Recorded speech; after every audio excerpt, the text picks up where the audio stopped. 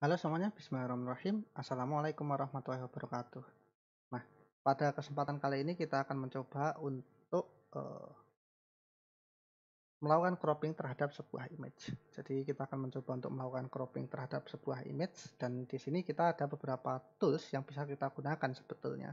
Jadi ada eh, ini ya, ada apa namanya? Ada crop tool, kemudian ada perspective crop tool, kemudian ada slice tool, kemudian ada slice select tool. Nah, masing-masing ini sebetulnya punya karakteristik masing-masing. Untuk slash tool dan slash select tool ini sebetulnya saling berhubungan ya. Kalau untuk slash tool, jadi misalkan kita bikin slice seperti ini, kita bikin beberapa slice. Nah, seperti ini ya, misalkan ya, bikin beberapa potongan gambar misal. Oke, misal ada beberapa potongan gambar seperti yang kita lihat di layar seperti ini.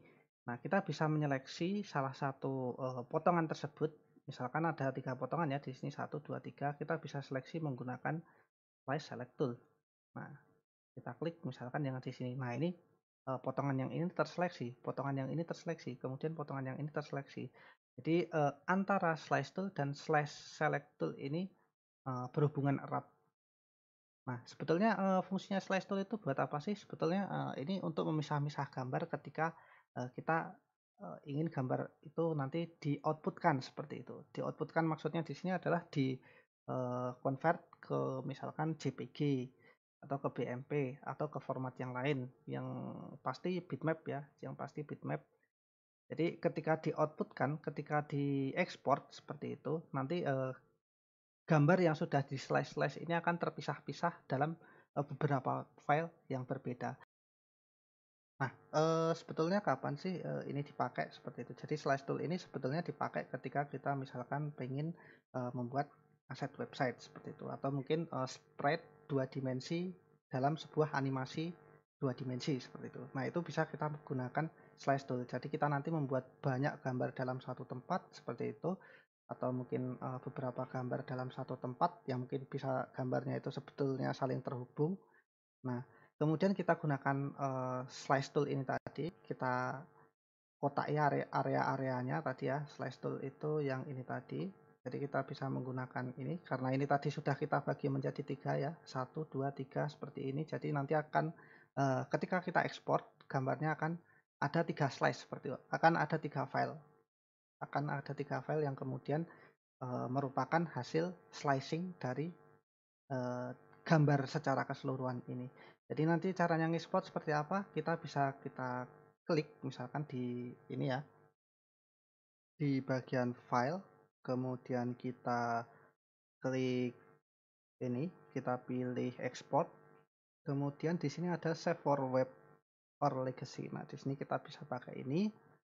Kemudian kita tunggu sejenak sampai windownya keluar, window save for webnya keluar. Nah, ini dia sudah keluar.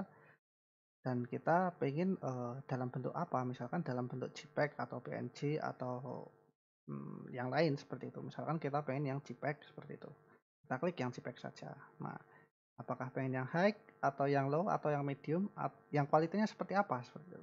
Ini terserah kita juga mau ambil yang kualitinya seperti apa, misalkan yang high ya, yang high. Kemudian kalau sudah kita apakan, kita save. Kita klik save. Nah, kita cari nyimpennya di mana. Nah, mungkin saya simpan di sini ya. Di sini pancasila.html, kemudian kita save. Kita klik save.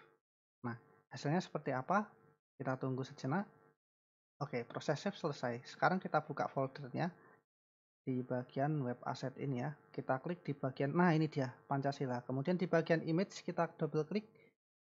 Nah, di sini ada image-image yang kemudian sudah kita slice tadi. Jadi ada 3 bagian pokok ya yang kita slice tadi. Satu, yang ini tuh adalah potongan bagian ini. Kemudian 2, yang ini adalah potongan dari bagian ini. Kemudian 3, nanti yang ini. Kita sesuaikan, nah yang ini ya, 3. Ada 3 potong. Dan, kurang lebih seperti itulah, terkait dengan slash. Kemudian, kita akan mencoba untuk, menggunakan yang lain, misalkan crop tool atau perspektif crop tool.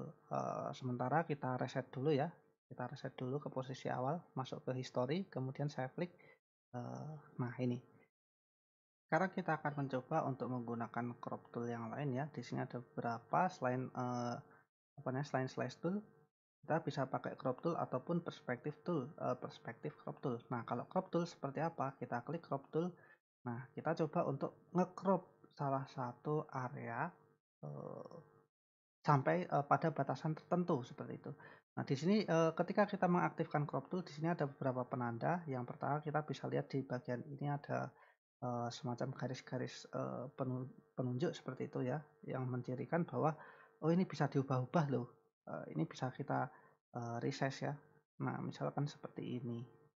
Bisa kita misalnya kita pengen mengambil, bagian gambar Garudanya saja seperti itu. Kemudian bagian yang lain dipotong. Nah, kita bisa menggunakan crop tool dengan cara seperti ini. Kalau sudah diseleksi seperti ini, kalau sudah, diseleksi wilayah yang akan di-crop, apa yang perlu kita lakukan? Kita tinggal pencet enter saja. Kita pencet enter. Nah, dan akhirnya, gambarnya terpotong menjadi seperti ini. Kalau saya kembalikan lagi, saya klik di sini ya. Nah, oke. Jadi kembali seperti semula. Itu tadi, kita bisa menggunakan cara seperti itu ketika kita menggunakan crop tool ya. Atau dengan cara mungkin langsung saja, kita klik kemudian kita drag. Jadi ini langsung spesifik ke, area yang mana seperti itu. Jadi kita nggak perlu nge-resize lagi. Nah, misal seperti ini, sama seperti tadi, ketika sudah terseleksi seperti ini, lepas, drag-nya lepas kemudian enter. Jadinya seperti ini. Oke, ini terkait dengan penggunaan crop tool. Kita akan, melanjutkan perspektif crop tool. Jadi kita kembali dulu ke bagian ini ya. Kita reset lagi. Kemudian, kita akan coba tunjukkan bedanya ketika kita menggunakan perspektif, crop tool. Jadi kita pilih perspektif crop tool. Silahkan dipilih, sesuai dengan, perspektif. Misalkan, saya akan mencoba untuk, memilih bagian ini ya.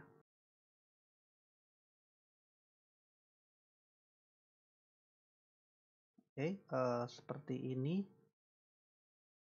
Nah, ini saya minimize dulu ya historinya. Oke.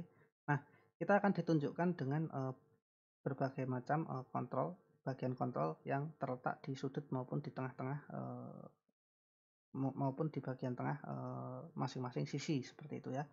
Nah, kita bisa tarik-tarik ini, kita bisa tarik sesuai dengan perspektif yang kita inginkan. Misalkan, seperti ini, kita klik di sini, kemudian kita, ubah menjadi seperti ini.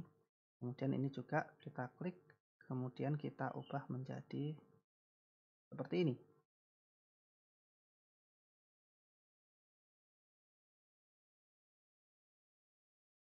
Nah, kalau sudah diapakan? Kalau sudah nanti bisa kita pencet enter. Jadi nanti hasilnya adalah, ketika kita pencet enter, si gambar ini akan diproyeksikan, si gambar, perspektif ini akan dipotong kemudian diproyeksikan kembali dalam bidang datar. Jadi hasilnya bisa kita lihat, setelah kita pencet enter. Sekarang kita pencet enter. Nah, hasilnya adalah seperti ini. Jadi, diproyeksikan kembali dalam bidang datar sehingga bentuknya kurang lebih, akan menjadi seperti yang, kalian lihat di dalam layar saat ini. Nah, mungkin itu, terkait dengan crop tool dan bagaimana cara penggunaannya. Tadi ada 3 ya, ada crop tool, kemudian ada perspektif crop tool, kemudian ada slice tool, dan, slash select tool ini hanya untuk membantu slice tool saja sebetulnya. Oke, semoga bermanfaat. Barangkali itu yang dapat, kami sampaikan dalam kesempatan kali ini. Terima kasih atas perhatiannya. Saya ucapkan sekian. Wassalamualaikum warahmatullahi wabarakatuh.